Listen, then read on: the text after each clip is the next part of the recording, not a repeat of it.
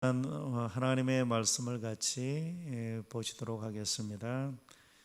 출애굽기 12장 11절 12절 두 절 말씀이 되겠습니다. 다 같이 읽겠습니다. 시작.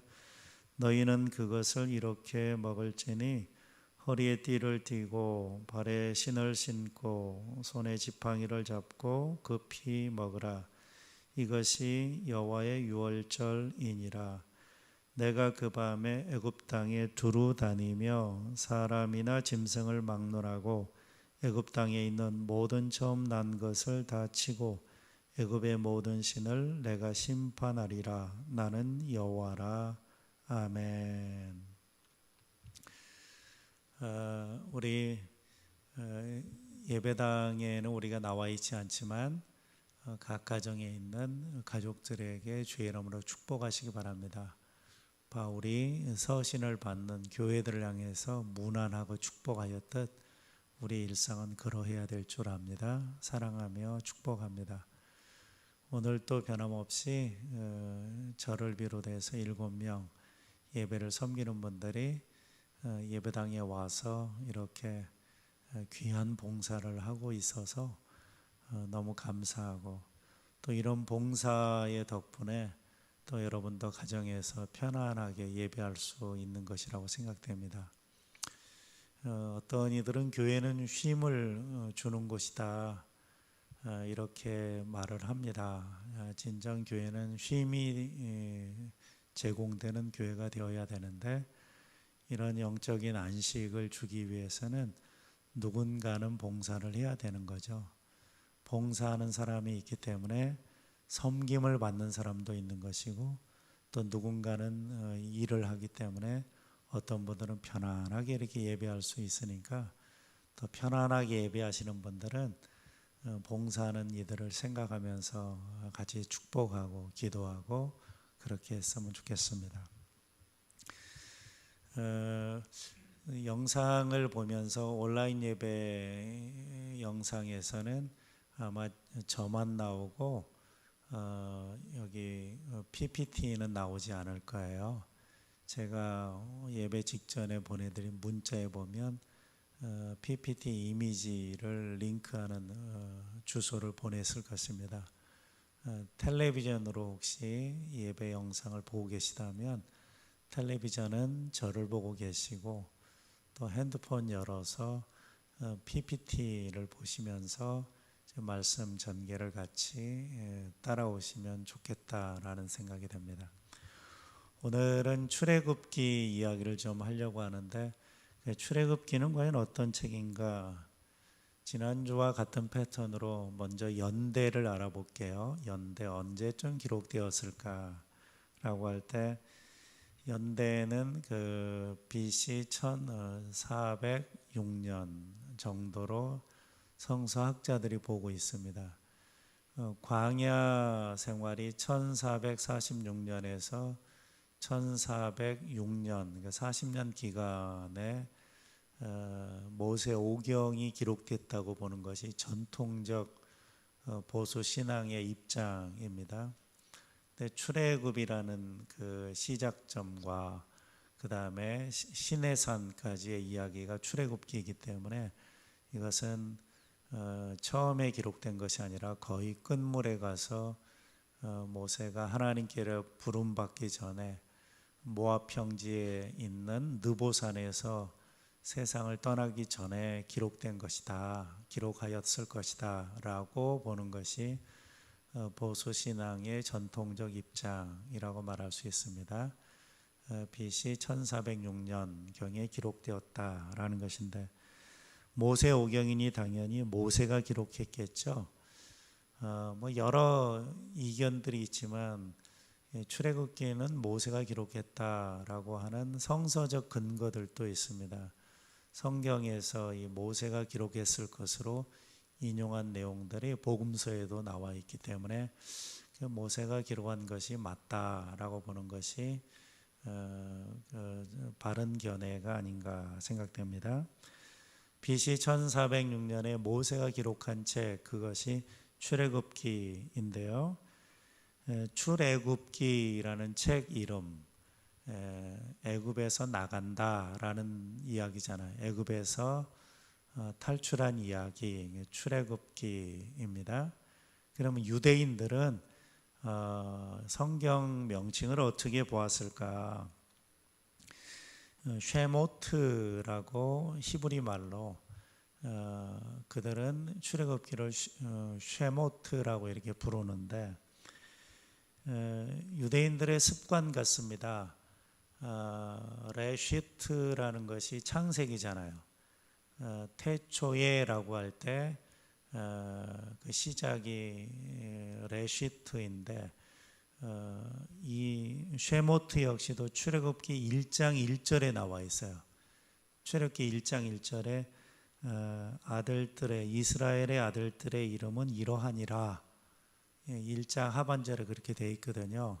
그래서 이름에 해당되는 히브리어가 쉐모트입니다. 쉐모트. 그래서 이름들이라는 뜻의 책명을 갖고 있는데 이거는 뭐 전체적인 내용이라기보다는 유대인들의 습성이라고 생각됩니다. 마치 우리가 찬양할 때 찬양의 제목도 있지만 그 제목보다 더 많이 쓰는 게 첫 소절을 쓰잖아요. 내 평생 사는 동안을 제목으로 쓰는 경우가 많습니다. 그것처럼 유대인들은 성경 첫 절에 나오는 한 단어를 책 이름으로 쓰는 그런 습성이 있었다라고 볼 수가 있습니다. 그러면 영어 성경에 보면은 출애굽기가 어떻게 돼 있죠? 영어 성경에 엑소더스라고 돼 있죠. 창세기는 제네시스고 제네시스, 엑소더스. 이게 전부 다 헬라어예요. 헬라어로 엑소더스는 탈출이라는 뜻입니다. 탈출. 그래서 영어 성경 명칭은 헬라어를 쓰고 있는 거예요. 엑소더스, 출애굽기. 이것은 탈출, 애굽에서 탈출하는 것을 사용해서 이런 명칭을 만들고 있다라는 것입니다. 그러면 출애굽기를 한눈에 보기를 좀 해보겠습니다. 제 설명을 잘 들으시기 바랍니다. 출애굽기는 전체 40장으로 되어 있는데 먼저 1장에서 18장까지 그 다음에 19장에서 40장까지 두 파트로 나눌 수 있어요. 1장에서 18장 이 내용은 출애굽 여정을 담고 있습니다. 1장은 이스라엘의 아들들, 야곱의 아들들의 이름은 이러하니라 하면서 애굽에 들어간 야곱의 70인의 가족들의 이름이 쭉 나오죠.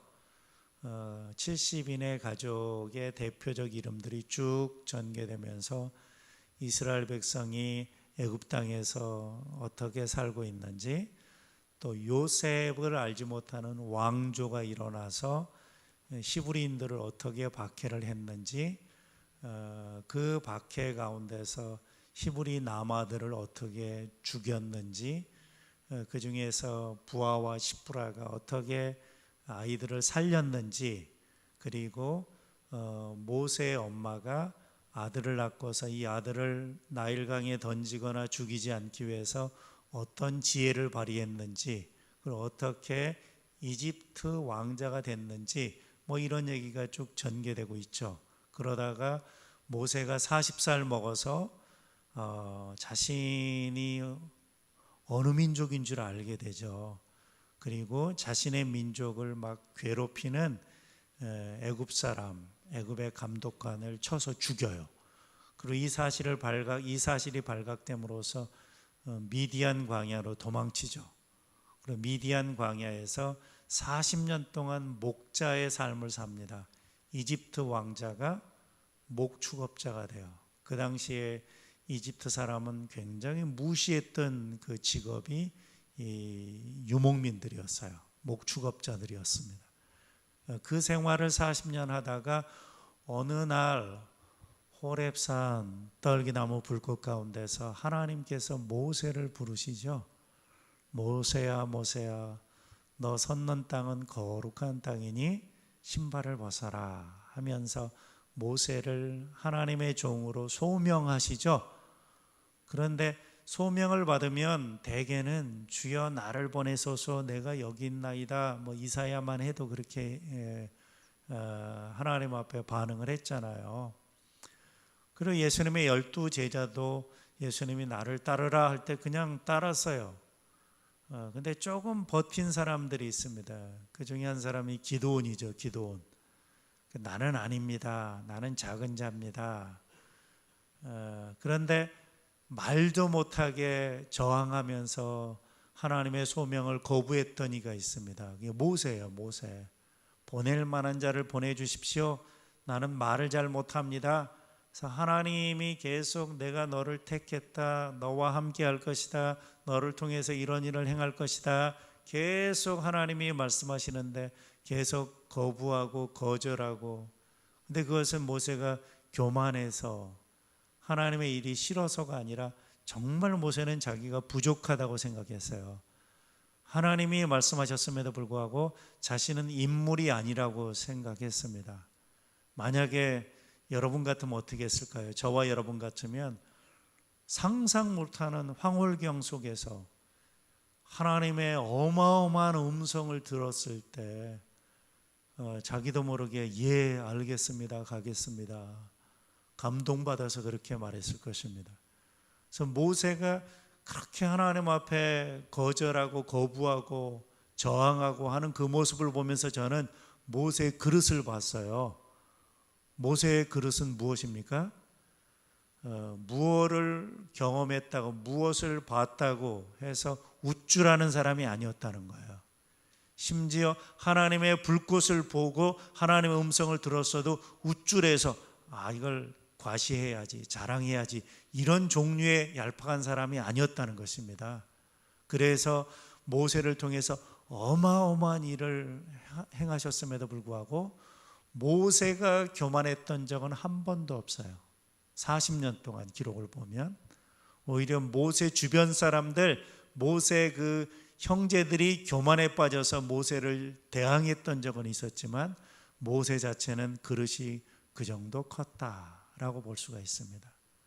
그래서 모세가 이스라엘 백성을 40년간 쫙 인도하는데 그 출애굽기 내용은 이렇게 되어 있습니다. 먼저 이스라엘 백성이 어떻게 정착하고 어떤 박해를 받고 모세를 통해서 출애굽을 하죠. 10가지 재앙을 통해서 출애굽을 합니다. 마지막 10번째 재앙에 해당되는 말씀을 오늘 본문으로 읽었어요. 애굽에 처음 난 것과 장자를 치는 재앙인데 그때 히브리 백성의 집에는 처음 난 것 장자가 죽지 않았어요. 왜냐하면 문 임방과 설주에 양의 피가 발라져 있었기 때문에.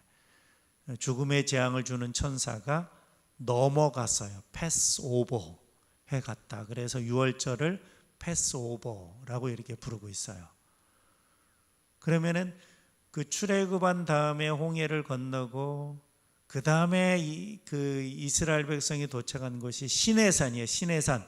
그래서 1장에서 18장까지는 애굽에서 있던 사람들이 광야로 나온 것이고 그 다음에 19장에서 40장까지는 시내산에서 머물면서 받은 하나님의 계시, 이것이 출애굽기 내용으로 구성되어 있습니다. 다시 여러분의 기억을 새롭게 하기 위해서 1장에서 18장까지는 출애굽 여정인데 장소는 애굽과 광야, 그 다음에 두 번째 그룹은 19장에서 40장까지인데 시내산에서 하나님의 계시, 하나님의 계시를 받은 이야기. 여기서 율법을 받죠. 10계명을 필두로 해서 율법의 말씀을 받습니다. 그것을 모세가 이스라엘 백성에게 전달하였다라는 것입니다. 그러면은 그 연수로 한번 따져보겠습니다. 연수로 애굽에 정착한 기간이 430년이에요. 애굽에 정착해서 살았던 기간이 출애굽 직전까지가 430년. 그 다음에 출애굽에서 시내산 전까지가 2개월이에요. 시내산 전까지가 2개월. 성경을 보면 굉장히 빨리 전개되니까 그냥 한 며칠 만에 간 걸로 생각하지만 시내산 전까지가 2개월이에요. 2개월. 그 다음에 시내산에서 무려 10개월을 있습니다. 그래서 율법을 받기까지, 출애굽으로부터 율법을 받기까지가 1년이에요. 1년. 그리고 그때부터 광야를 향해서 쭉 전개되면서 39년을 살게 돼요. 그리고 여호수아서에서 기록된 것처럼 그 다음에 가나안 땅에 들어가는 것으로 되어 있다라는 것입니다. 정리하면 이렇습니다. 야곱의 70인의 가족이 200만 명 내지는 300만 명으로 번성하게 되자 바로는 히브리 민족에 대한 위기감을 느끼고 압제하기를 시작하죠. 노예를 만들어 버립니다. 이때 하나님은 모세를 통해서 히브리 민족을 빼내시죠. 때가 된 것입니다. 하나님께서 아브라함에게 하늘의 별을 봐라. 네 자손이 이렇게 많아질 거야. 그리고 네가 밟는 이 땅, 바라보고 밟는 이 땅을 너와 네 자손에게 줄 거야. 주겠다는 땅은 가나안 땅이고 아브라함의 그 자손, 하늘의 별처럼 많아지는 자손을 어디서 그 자손을 번성하게 할까? 가장 안전한 곳이 고센 땅이었어요. 그래서 요셉을 통해서 이집트 고센 땅에 정착하게 되고 아브라함에게 약속하신 대로 어마어마하게 그 자손이 번성하게 되고 때가 되매 하나님이 모세를 통해서 그들을 빼내셔서 주겠다고 약속했던 땅으로 인도하는 과정이 출애굽기, 출애굽 여정이라는 것입니다. 그러면은 출애굽기를 통해서 어떤 복음과 연결할 때 출애굽기에 나오는 몇몇 요소들을 상징화시킬 수 있습니다. 출애굽기에 보면은 이런 것들이 나오죠. 애굽이 나오고 바로가 나오죠. 애굽의 바로. 그 다음에 애굽의 바로의 압제에 있었던 이스라엘 백성을 빼내기 위해서 모세가 등장하죠. 그래서 애굽, 바로, 모세가 등장하죠. 모세가 행했던 게 뭐예요? 출애굽이죠. 출애굽이 등장합니다. 그리고 출애굽한 이스라엘 백성이 광야 가운데 있죠. 광야. 그 다음에 광야를 향해서 이렇게 간 것은 광야가 목적지가 아니라 가나안 땅을 향해서 가죠. 그러면은 여기 보면 6가지 상징을 제가 실제 어떤 그 역사적 배경을 통해서 6가지 단어를 상징화시켜 보겠습니다. 애굽, 바로, 모세, 출애굽, 광야, 가나안 6가지인데 애굽은 세상이죠. 출애굽기에 대한 의미를 우리 안에서 찾아내려면 오늘의 언어로 읽어야 되잖아요. 오늘 우리 신앙과 결부시켜야 되지 않겠습니까? 그러면 애굽은 무엇입니까? 세상이죠.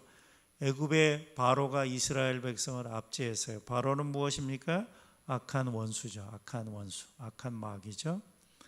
그런데 모세를 통해서 빼내셨어요. 우리를 어떻게 악한 마귀로부터 우리를 자유케 하셨는가? 예수 그리스도를 통해서 우리를 자유케 하셨다라는 거죠. 모세가 이스라엘 백성을 출애굽시켰어요. 이것은 무엇입니까? 우리의 삶에서 이것은 구원이죠. 예수 그리스도가 우리를 죄와 사망의 권세에서 빼내셨어요. 구원이죠. 그런데 예수 믿는 걸로 다 끝난 게 아니잖아요. 우리는 끊임없이 애굽의 문화 속에 살고 있어요. 애굽의 문화라는 것이 무엇입니까? 풍요와 다산의 신을 섬겼지 않습니까? 세속주의적 어떤 부요, 세속주의적 자기 성취 이런 것으로부터 우리가 변화받아서 하나님의 온전하신 뜻을 향해서 나아가는 이 과정이 출애굽이다. 그래서 우리는 예수 믿을 때 이미 출애굽했지만 우리의 출애굽은 계속해서 반복되어야 한다라는 것입니다. 세상 나라의 가치관을 갖고 있던 우리가 하나님 나라와 가치관으로의 변화되는 과정이 출애굽이다라는 것입니다. 그런데 이스라엘 백성이 출애굽해서 광야로 들어갔잖아요. 광야는 무엇의 상징입니까? 광야는 영적 삶, 신앙생활의 상징이죠. 광야에서는 오직 하나님만이 도움이 됩니다. 광야는 인간이 살 곳이 아닙니다. 거쳐갈 곳이죠. 우리는 순례자, 나그네라는 것입니다. 그러면 광야를 거쳐서 가나안 땅에 들어가잖아요. 우리는 저 멀리 배는 나의 시온성, 즉 영원한 나라, 하나님 나라, 천국을 향해서 나아가는 하나님 백성이다. 이렇게 상징을 오늘 우리의 신앙으로 해석할 수 있다라는 것입니다. 애굽의 바로의 압제 아래에 있었던 이스라엘 백성을 모세가 출애굽시켜서 광야를 거쳐 가나안에 들어가려는 그 과정이 출애굽기 내용인 것처럼 오늘 세상에 살면서 악한 마귀의 정말 압제 아래에 있었던 우리, 죄와 사망의 권세 아래에 있었던 우리를 예수님이 십자가 대속의 죽음으로 빼내셨어요. 우리를 구원받게 하셨고 우리의 삶을 변화시켜서 세상에 살지만 세상의 가치관이 아니라 하나님 나라 가치관으로 변화받게 하시죠. 그리고 지금 현재 우리는 광야 교회 가운데 거하면서 영적 삶을 살고 있는데 우리가 궁극적으로 바라보며 나아갈 나라는 영원한 하나님 나라, 영원한 나의 시온성, 천국이라는 것입니다. 바로 이런 메시지를 출애굽기를 통해서 발견할 수가 있다라는 것입니다. 그러면 오늘 우리가 나누고 싶은 중요한 이야기가 있습니다. 출애굽의 발견, 출애굽을 어떻게 해석할 것인가, 오늘 나의 시각으로 출애굽을 어떻게 해석할 것인가, 우리의 삶에서 무엇이 출애굽입니까? 우리의 출애굽은 과연 무엇입니까? 오늘의 출애굽은 과연 무엇입니까? 오늘 나의 출애굽은 과연 무엇인지 생각해 보겠습니다. 첫 번째 출애굽의 발견은 이것입니다.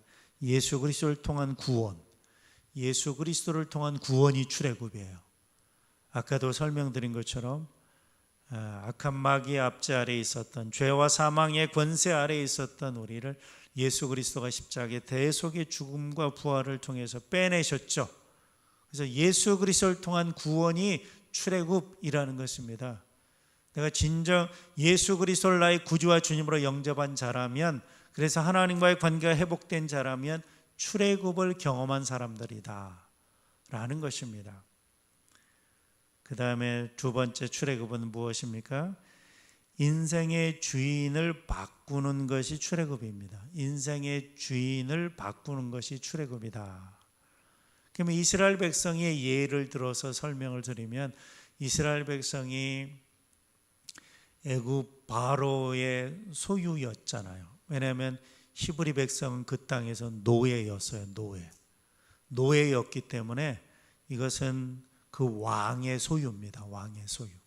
그 왕은 히브리 민족의 주인이었어요. 그 주인은 그 민족을 착취하고 압제하고 또 죽이고 삼키는, 마치 예수님 말씀하신 요한복음 10장 10절에 마귀를 도적으로 비유했잖아요. 도둑이 오는 것은 도둑질하고 죽이고 멸망시키는 것이다. 그러니까 내가 오는 것은 양으로 생명을 얻게 하고 더 풍성히 얻게 하는 것이다 라고 예수님 말씀하실 때 이 도둑은 마귀를 말합니다. 그런데 바로가 바로 그렇게 했다는 거죠. 도둑질하고 죽이고 멸망시키는 거죠. 소중한 것을 빼앗는 게 도둑질이잖아요. 근데 이스라엘 백성이 그 땅에서 그 자유를 빼앗겼잖아요. 또 히브리 남아가 태어나면 나일강에 던져 죽여야 됩니다. 이 얼마나 큰 빼앗김입니까? 착취와 압제 가운데 있었던 그들을 모세를 통해서 하나님 빼내셨어요. 그들의 주인이 바뀐 것입니다. 그들의 주인이 누굽니까? 하나님이죠. 하나님. 근데 하나님이라는 주인은 당신의 소유된 백성에게 무엇을 받을 게 없어요. 뭔가 모자라면 노예들에게 무언가를 뺐는데, 우리의 주인이신 하나님은 너무나 풍성하십니다. 그래서 그 아들까지 주셨어요. 그리고 무엇까지 주셨냐면 우리를 자녀의 명분까지 주셨습니다. 우리를 자녀 삼으신 분이에요. 그래서 우리의 주인이 바뀐 사건, 이것이 출애굽이라는 것입니다. 우리는 이미 출애굽을 경험한 자로서 우리의 주인이 바뀌었다라는 것을 기억하시기 바랍니다. 어떤 사람이 이렇게 말합니다. 내가 내 인생의 주인인데 누가 나의 주인이라고 이렇게 생각하고 있다면 착각입니다. 사람은 자기가 스스로 주인이라고 생각할 때 이미 마귀의 노예라는 것을 생각하셔야 됩니다. 인간은 결코 피조물이기 때문에 주인일 수가 없는 것입니다. 아무리 내가 스스로 자기 주권을 외치지만 자기가 숭배하는 무엇, 요즘 이 시대는 배금주의 신앙 속에 있잖아요. 무신론자라고 말하지만 실제로는 돈을 숭배하는 사람들 아닙니까? 어떤 사람은 과학을 숭배하고 어떤 사람은 탐욕을 숭배하고 이렇게 살아가는 거잖아요. 그래서 인생은 스스로 주권을 말하지만 무언가에 사로잡혀서 살아가게 돼 있는데 우리가 믿기 전에 우리의 주인은 악한 원수였어요. 악한 원수라고 우리 삶 속에 나타나서 자기를 증명하지 않을지라도 우리는 악한 원수의 그 소유로 살았다라는 것입니다. 그런데 예수 그리스도로 말미암아 빼냄 받았어요. 그래서 하나님의 소유된 백성이 되었다. 이제는 우리의 주인은 하나님이시다라는 것입니다. 이게 출애굽 사건이다. 출애굽을 경험한 사람들마다 주인이 바뀌었다는 걸 기억하고 그 주인은 바로가 아니라 하나님이라는 사실을 생각하며 사셔야 되겠다라는 것입니다. 출애굽의 발견 세 번째, 탐욕적 삶에서 벗어나는 것. 탐욕적 삶에서 벗어나는 것이 출애굽이다. 만약에 우리가 예수님을 믿는데 여전히 탐욕적으로 살아요. 예를 들면 예수 믿는데 복 받아야지. 옛날에 어떤 그 청년이 저한테 얘기를 했어요. 자기가 더 어릴 적에 다녔던 교회에서 청년들이 막 어른들 흉내를 냈대요. 어른들 흉내가 뭐였냐면은 교회 가자를 청년들끼리 야 복 받으러 가자 뭐 그렇게 서로 표현했대요. 웃으면서. 왜냐면 어른들의 그 당시 자기가 다녔던 교회 어른들의 신앙을 좀 빗대어서 그렇게 얘기한 건데요.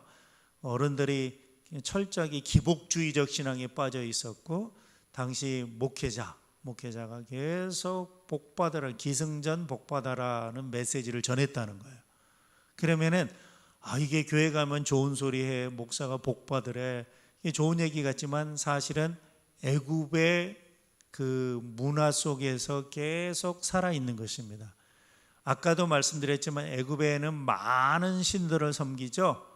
많은 신들이고 심지어 바로 역시도 태양의 아들, 신격화시킨 존재 아닙니까? 그러면 애굽의 신들은 바벨론의 신들하고 다를 게 없어요. 신들의 이름은 좀 다르지만 내용은 풍요와 다산의 신입니다. 풍요와 다산의 신. 철저하게 세속적인 축복을 말하는 것이 애굽의 신들, 바벨론의 신들의 핵심적인 내용이에요. 그런데 거기에서 나온 사람들이 우리예요. 근데 거기에서 나왔다고 하는 사람들이 여전히 계속해서 삼박자 축복 이런 얘기하고 영원히 잘된 같이 범사에 잘되고 강건할지어다. 이 말씀을 굉장히 기복주의적으로 왜곡시키는 거 아니겠습니까? 그러면 영원히 잘됨 같이의 방점이 있느냐? 아니에요. 이거는 수단이에요. 목적은 범사에 잘되고 강건해지는 거, 재물 많고 건강해지는 거, 이게 풍요와 다산의 신과 무슨 차이가 있겠습니까? 같은 거 아니겠습니까? 그래서 기복주의 신앙에 대해서 마르고 닳도록 제가 비판을 하는 까닭은 이게 애굽의 신들에게서 나온 축복이라는 것입니다. 참된 축복은 그리스도 안에 거하는 것이고 우리에게 주어진 물질적인 또 건강의 이런 모든 것들이 수단화될 때, 하나님을 사랑하며 이웃을 사랑하는 방법으로서 사용될 때 이것은 귀하고 가치 있고 아름다운 것이지, 만약에 그것이 목적이 되어 있다면 아직 출애굽하지 않은 거예요. 이 사람은 적어도 축복관에 관해서는 이 사람은 아직은 애굽 안에 있는 사람들입니다. 그런데 너무나 아이러니한 것은 애굽의 그 놀라운 축복들을, 그들이 볼 때 애굽의 어마어마한 축복들을 사모하는 거예요. 그래서 이스라엘 백성이 뻑하면 하나님 원망하면서 우리가 애굽에 있을 때가 좋았다, 애굽의 기름 감아 옆에서 고기 건져 먹을 때가 좋았다, 그때마다 하나님 굉장히 싫어하셨잖아요. 출애굽했는데 애굽의 축복을, 애굽에서 누렸던 풍요를 그리워하면서 모세와 아론을 계속 원망하지 않았습니까? 여러분, 이 땅에서 예수를 믿는다고 하고 출애굽을 했다고 하지만 여전히 이스라엘 백성처럼 이 탐욕의 그 삶, 계속해서 하나님께서 다 주실 터인데, 참새 한 마리도 하나님은 다 기억하시고서 우리에게 필요한 것을 주실 터인데 징징대는 사람들이 있잖아요. 뻑하면 원망하는 사람들이 있잖아요. 심지어 어떤 사람은 네 예수 안 믿을 때 잘 살았다는 거예요. 그래서 어쩌라고요? 예수 믿어주니까 하나님께 자꾸 책임을 묻는 거잖아요. 그런 신앙이 있다면 이거는 애굽에 있는 겁니다. 아직도 여러분, 저와 여러분의 신앙이 애굽에 있으면 안 돼요. 이 탐욕적 신앙에서 벗어나서 감사와 봉사의 삶으로 변화되는 것이 출애굽입니다. 이미 나는 어마어마한 축복을 받았어요. 의인이 걸식하는 것을 본 적이 없다고 시편에 기록이 있습니다. 하나님 백성을 굶기지 아니할 것입니다. 하나님 백성을 망하게 하지 아니할 것입니다. 하나님께서는 어떠한 시험도 피할 구멍을 다 열어놓으시고 시험 당할 즈음에 피할 길을 내신다고 분명히 말씀하고 있지 않습니까? 그러니 이 탐욕적 삶에서 원망도 나오고 불평도 나오는 것입니다. 여기서 교만도 나오는 것이고 여기서 열등감도 나오는 것입니다. 이런 탐욕적 삶에서 벗어나야 합니다. 이스라엘 백성이 사는 환경은 애굽이 훨씬 나았어요. 광야는 척박한 곳이었습니다.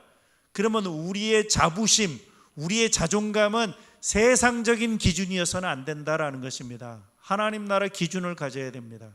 적어도 하나님이 주신 양식을 먹고 있지 않습니까? 적어도 하나님의 말씀을 듣고 있지 않습니까? 적어도 하나님께서 인도하시는 구름 기둥과 불 기둥의 인도함을 받고 있지 않습니까? 여기에서 신앙의 자부심을 가져야지 애굽의 풍요, 애굽의 다산, 이것을 갖고서 하나님 따르고 예수 그리스도를 믿는 우리의 신앙조차 스스로 평가하게 된다면 아직 출애굽하지 않았다, 적어도 그의 삶에서는 아직 출애굽하지 않았다라고 밖에 평가할 수밖에 없습니다. 저와 여러분의 삶이 진정 축복관에 있어서도 출애굽할 수 있기를 주님의 이름으로 축원합니다. 네 번째 한번 보겠습니다. 네 번째, 오늘의 출애굽, 우리의 출애굽은 무엇인가? 억압받는 현실에서 벗어나는 것. 억압받는 현실에서 벗어나는 것이 출애굽이다. 애굽은 바로의 압제가 있었습니다. 하나님께서는 그 백성의 신음소리를 들으셨습니다.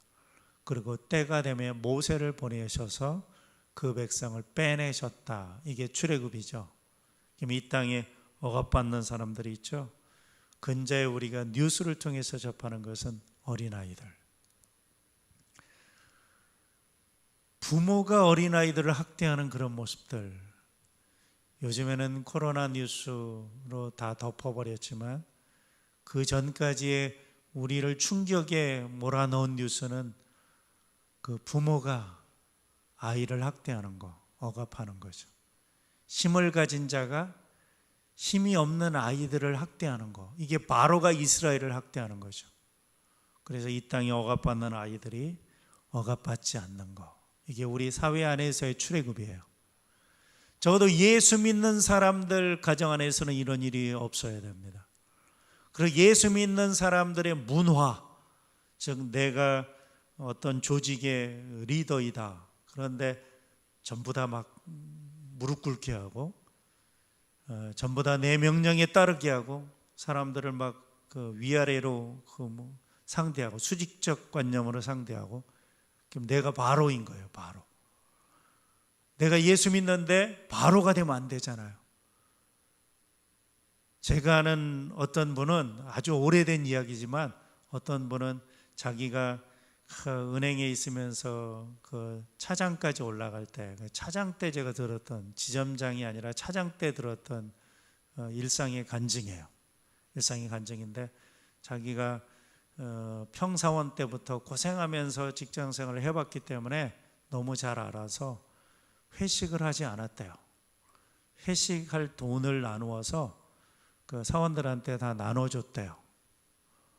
그래서 왜냐하면 자기가 평사원 때 월급이 쥐꼬리만 하니까 너무 힘든데 그 회식 자리에 가서는 펑펑 쓰니까 아마 그런 생각했겠죠. 저 돈 놔주면 우리 가족들하고 잘 쓸 텐데 이런 자리에서는 펑펑 쓰면서 월급은 쥐꼬리만 해.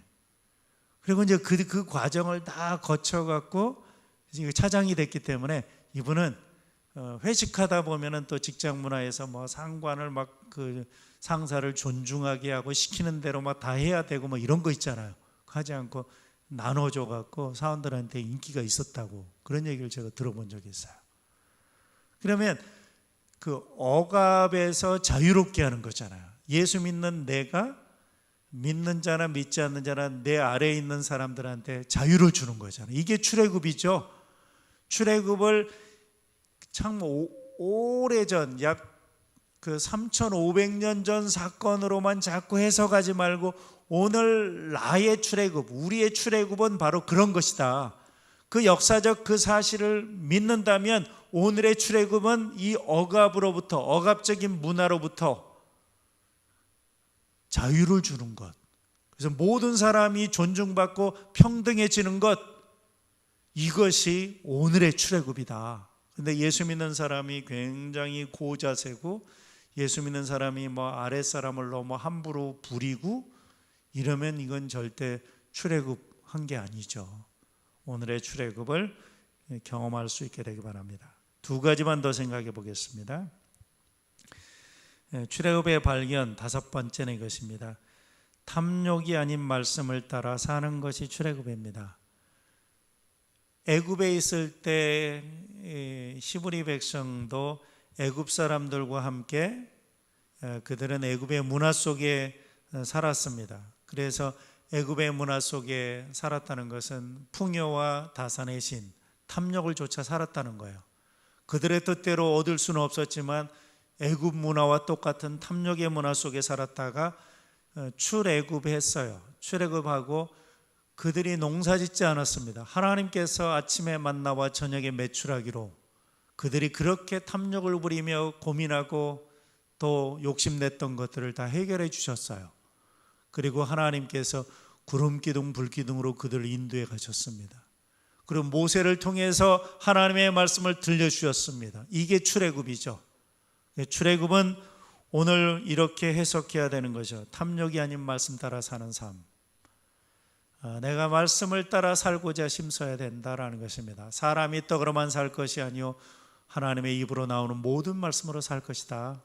마태복음 4장에 말씀하고 있지 않습니까? 하나님의 입으로 나오는 모든 말씀으로 살아야 된다. 먼저 그의 나라와 그의 의를 구하라. 그러면 이 모든 것도 너에게 주마 라고 마태복음 6장에 말씀하고 있지 않습니까? 그래서 말씀을 따라 사는 것, 이것이 출애굽이다 라는 것입니다. 마지막 여섯 번째, 다섯 번째까지 있네요. 이런 출애굽을 우리 믿음의 가족들의 삶에서 확인될 수 있게 되기를 바랍니다. 만약에 우리가 예수 믿는데 이 출애굽의 증거가 삶에서 발견되지 않는다면 우리는 예수님을 잘 믿는 사람이 아니다. 이 사실을 꼭 기억하셨으면 좋겠습니다. 내가 그냥 예수 믿는다, 자기 입으로만 자기 자신을 스스로 증명하는 것이 아니라 진정한 출애굽이 있어야 되는 거죠. 우리의 삶에서. 이것이 믿는 자의 삶의 열매, 나무는 그 열매로 증명한다 했으니 우리 믿음의 가족들이 출애굽의 증거들을 갖고 살아가는 삶이 되시기를 주의 이름으로 축복합니다. 같이 한번 기도